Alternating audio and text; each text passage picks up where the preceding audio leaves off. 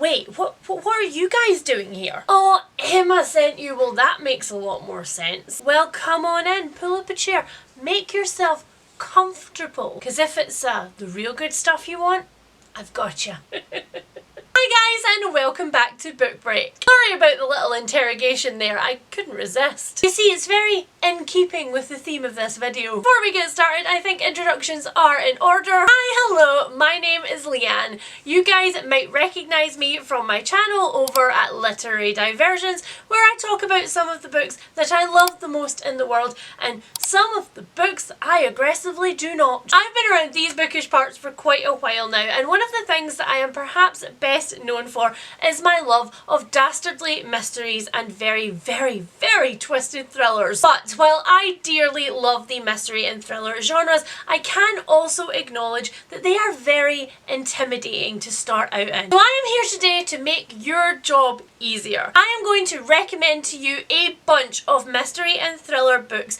with some of the best plots that I have ever read. Plots that I don't think you will ever solve on your own. So come this way into Mystery Thriller Land, where I shall help you get your feet wet. Consider this video to be your one-stop shop to soggy socks. First up, if you are coming from literary fiction, then a perfect place to start would be with Akwaeke Emezi's The Death of Vivek Oji. This book begins with a mother going about her day only to open her front door and find the body of her son laid out on her front porch in traditional cloth with his head on her welcome mat. And in questioning how this horrible thing could possibly have happened to her beloved son, Vivek's mother takes us back through time to the very beginning of his story. All the while you are already in possession of this horrible knowledge of where his story eventually ends. And when all of the threads come together at the end of this story, it is so shocking and so unbelievable, but so incredibly inevitable. Tissues are definitely a requirement and not an optional extra for this one. Next up, if you are a fan of reality TV shows,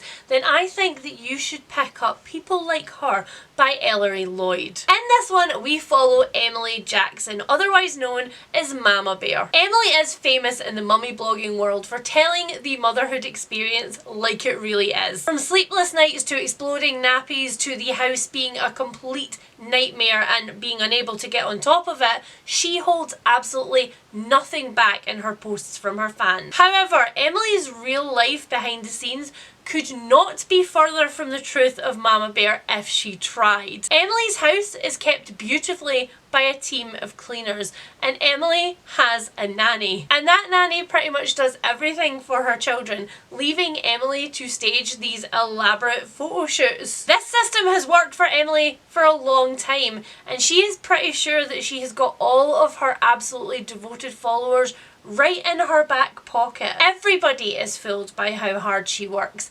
except for one not so devoted fan. One person who knows the truth about Emily and who is desperate to expose her. For me, this book holds the title of being the thriller that I read in the shortest amount of time because I just could not put it down. It's like watching a car crash in slow motion. You know that we are heading towards a horrible, horrible end, but you cannot look away because the scenes are so dramatic, utterly shooketh. Next up, if you absolutely fell in love with the book Daisy Jones and the Six by Taylor Jenkins Reid, then I present to you another Daisy that you are going to fall in love with. This is The Double Life of Daisy Hemmings by Joanna Nadine, and I have never read anything else which has given me such Daisy Jones and the Six vibes, whilst also being a straight up twisty thriller. It starts out in 1988 in Cornwall with Daisy and her little group of friends. Or rather, it starts out with Jason, who is in Daisy's friend group and who is completely swept away by her. She is described as the sun around which he and everybody else revolves. She has all of the makings of somebody who is about to leave their tiny town and become a big star, and Jason is blown away by the fact that he gets to be this close to her. But what Jason and the other teens don't realise as they hurtle through this last whirlwind summer together is that this summer will change them forever, because one of them is not going to get out of it alive. Then years later in 2018, this dreamy, effervescent girl has become a famous actress, and Daisy Hemmings finally wants to pick somebody who is going to tell her real story. James is so good at telling everybody's stories because he has lived for years and years telling a story about who he is, because James is not actually James, and Daisy didn't just pick him for his talented writing. This one is perfect if you want that heady rush of summer days and first loves and celebrity and promise turned bitter and sinister and dark. So next, what about mystery thriller for somebody who loves true crime? And specifically somebody who loves true crime podcasts that delve into old cases. Sounds kinda niche, right? But I've got you covered. This is The Mysterious Case of the Alperton Angels by Janice Hallett. Janice Hallett absolutely blasted onto the mystery thriller scene a couple of years ago with The Appeal, and now 3 books in, she is famous for producing mystery thrillers with unusual elements and formats. Because every one of Janice Hallett's novels are comprised of text messages, newspaper articles, emails, transcribed voicemails.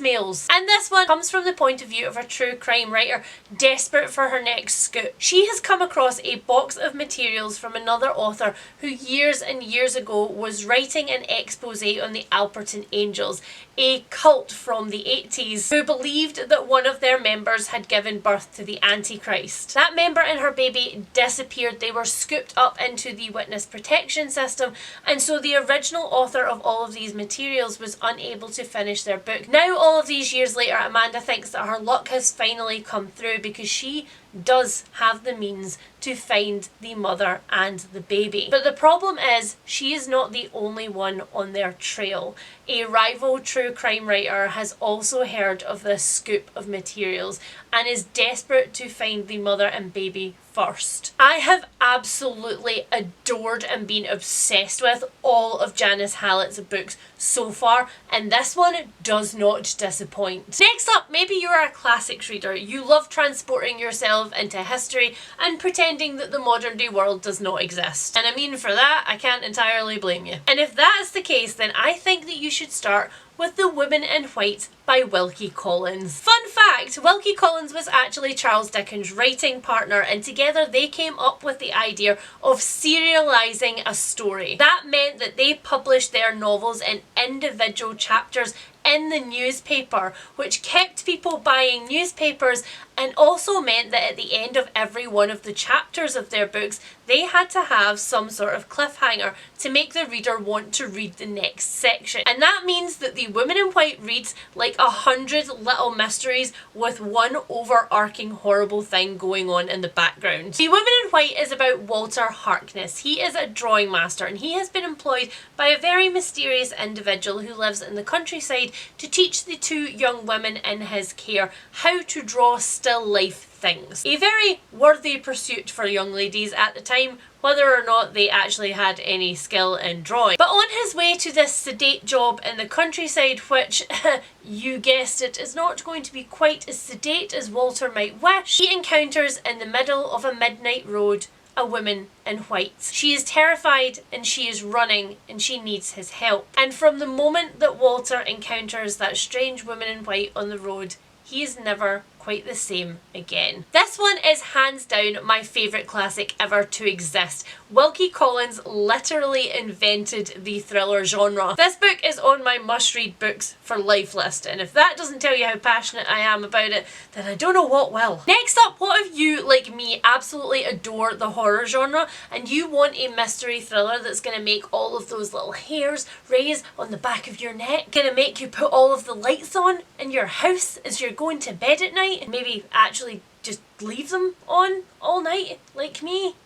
Cost of living crisis, who? In that case, I think you should pick up No One Gets Out Alive by Adam Neville. Adam Neville is absolutely prolific in the horror thriller genre, and this is the 2nd book that he has had adapted into a Netflix film. This is, of course, the beautiful movie tie-in edition, which I am living for. This one is about Stephanie Booth, who is a little bit down on her luck. She is desperately trying to make ends meet by working getting so many jobs, but all of them are for temping agencies, and she keeps getting let go before she has a chance to gather together a little pot of money to get her out of the horrible shared accommodation that she is forced to live in. She is pretty freaking miserable, and so when a room turns up at not only a reasonable but kind of like a budget price, which looks perfect and is just her in one room on her own with no other people, she absolutely jumps at it. But the room in Edge Hill Road is not exactly as it seems. It's not just that it's a huge, rambling, slightly empty house, and it's not even her slightly creepy landlord, because let's face it, she's had those before. But it's the things that happen at night. From footsteps walking close to her, to scratches on the floorboards underneath her bed, to whispers and cries behind the bricked up fireplace in her room.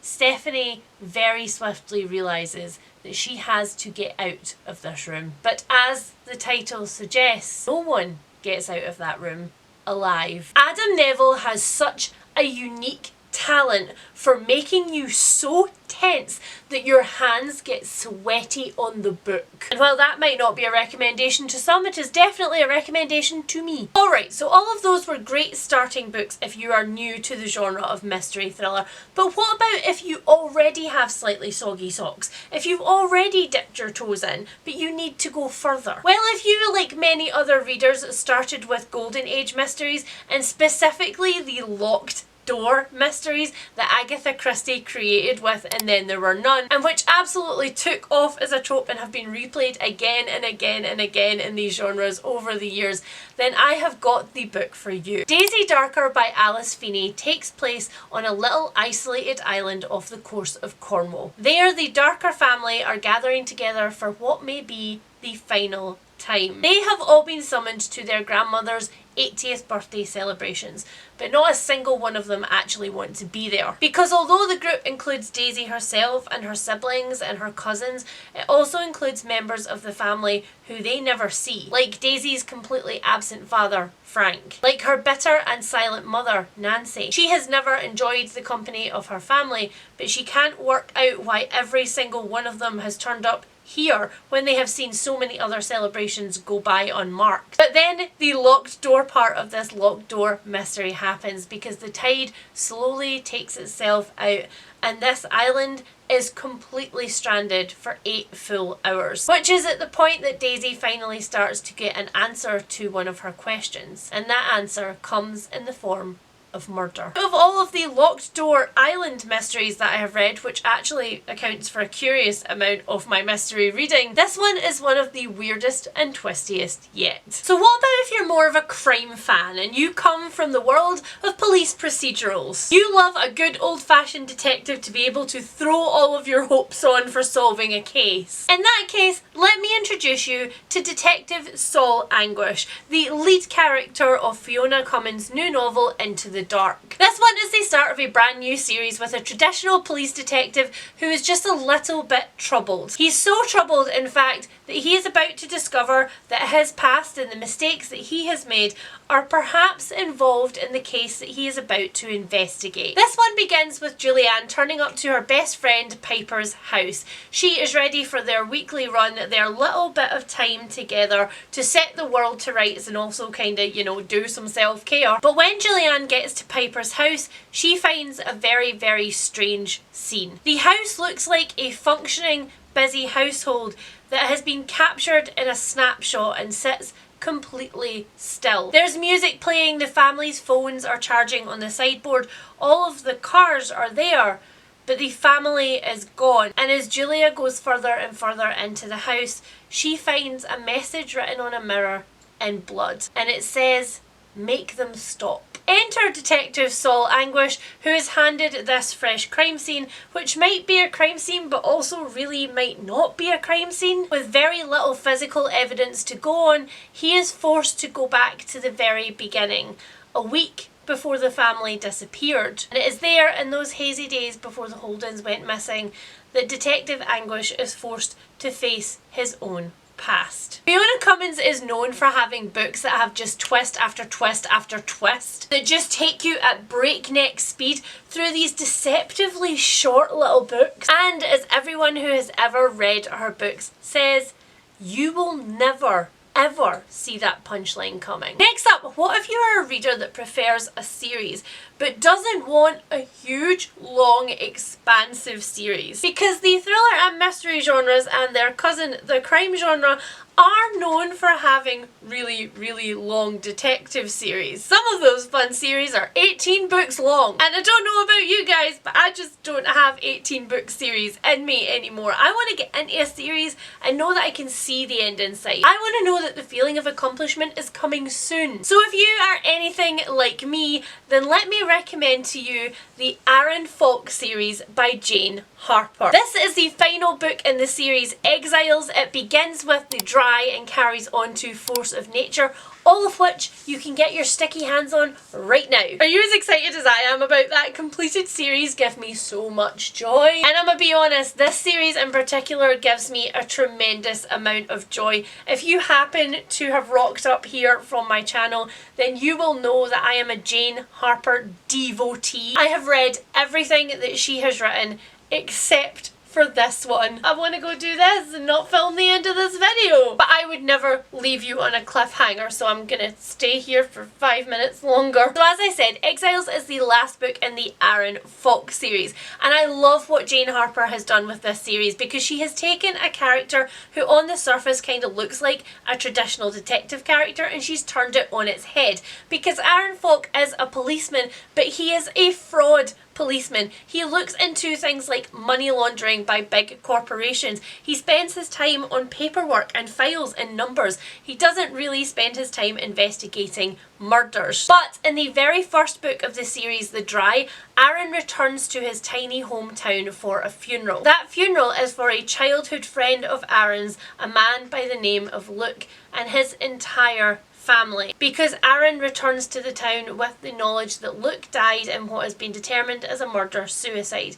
He killed his whole family and then he killed himself. Aaron can't really reconcile this information with the image of the boy that he grew up with, and when he gets to the town he is approached by Luke's family, who also do not agree with the verdict of the police investigation. They don't think that it's possible that Luke could ever have done something like this, and they beg Aaron to look into this case. And so he does, thus beginning a trilogy of books in which Aaron ends up investigating cases that aren't cases that he was directly involved in the first place. I am both desperate to read the end of this series and absolutely never ever want this series to end. And then finally, what happens if you've already read the Aaron Falk series? If you have really enjoyed it and its beautiful setting in Australia and you want more of the exact same but it seems really niche, right? Like, what are the chances of finding another book set in Australia with just as twisty a mystery? I wonder where we'll find one of those from. This book is Dirttown by Hayley Scrivner, and if you are into the mystery thriller genres in any way, then there is a good chance that you have already heard the title of this book, because this one took the mystery thriller genre by absolute storm when it was published, and now it's out in paperback, so you can get your fix no matter what format you prefer. Dirttown plays on yet another very famous trope in the mystery thriller genres, which is the disappearance of a child. When 12-year-old Esther Bianchi disappears on her way home from school one day, her tiny rural community in Australia are completely devastated. But tiny communities tend to turn on each other pretty quickly. Constance, Esther's mother, just desperately wants to find out what happened to her little girl. She doesn't care how they do it, she just wants her back and in one piece. But with the town closing ranks, she discovers that maybe Esther's disappearance is not actually the worst thing that could happen to her. Meanwhile, with the grown-ups up in arms and at each other's throats, Esther's friends from school decide that they are going to conduct their own investigation. And when Ronnie speaks to one of her fellow classmates classmates Lewis, and he tells her that he saw Esther at the creek with a very strange man. She thinks that maybe, just maybe, she might have already got further than the adults in investigating this case. But as she continues on with finding the facts, she discovers that there is more than one reason why this town does not want to speak to the police. The tagline for this book is "Dark crimes happen in dying places," and that is a perfect snapshot of the atmosphere here. I guarantee you that neither you, nor Ronnie, nor Constance are going to be able to figure out what that dark thing is before the very last page. Wait, can I achieve this? Oh, aha, there we go. A very, very heavy stack, larger than my head, of places that you can start with mystery thrillers, and every single one of them with a plot that you are never going to guess the ending to. And now it is your turn. Please let us know down in the comments below, what is your favourite twisty turny mystery or thriller? Which book had you up at 3 AM unable to put it down before you found out the conclusion? And which plots did you think that you had the answer for